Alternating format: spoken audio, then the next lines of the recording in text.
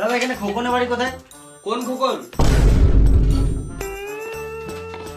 খোকনের নাম শুনে বেরোলো, তার মানে তোমাকে খোকনের বাড়ি দেখাবে মনে হয়।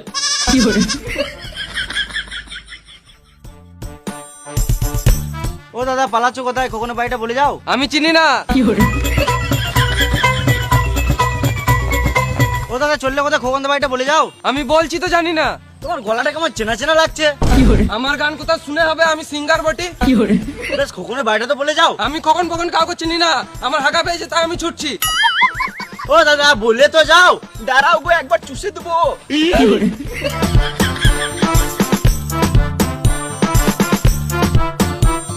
ও দাদা বললে তো যাও। আমি কিছু জানি না।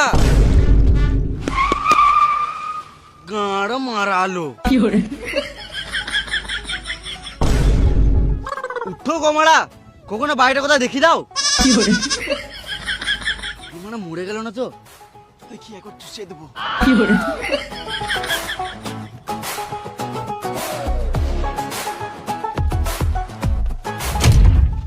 শুয়োরের বাচ্চা খোকন, পালাচ্ছিলিস কি কেন? মাথা আমার টাকাটা দে। আমি তো হাঁকতে যাচ্ছিলাম।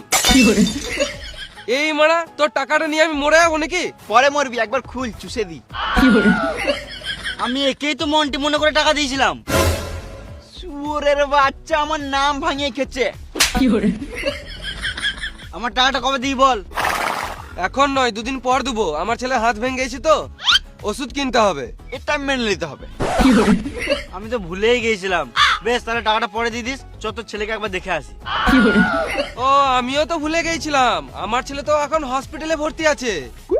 বেশ ঠিক আছে, তোর ছেলেকে পরে দেখে নেবো, কিন্তু টাকাটা দুদিন পর দিয়ে দিস। ঠিক আছে। চরে মন্টি খরচ।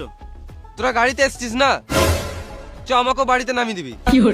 চ চ কেমন চুষে দেবো দেখ।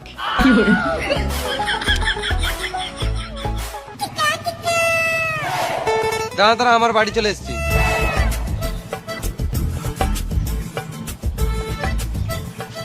আমার ছেলের জন্য ওষুধ কিনতে হবে। কিনগা না মানে বলছিলাম 500 টাকা দিলে ভালো হতো।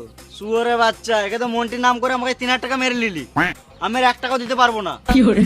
আরে মামনি, তখন আমি পরিস্থিতির চাপে আমি মিথ্যা কথা বলেছিলাম, আর এখন তো আমাদের বন্ধুত্ব মতন সম্পর্ক হয়ে গেছে। তুই 500 টাকা দে না, আমি দুদিনের পর তোকে দিয়ে দেবো। এটা 500 টাকা মনে করে দিয়ে দিস।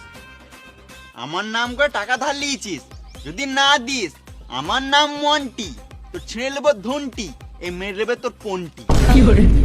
ছি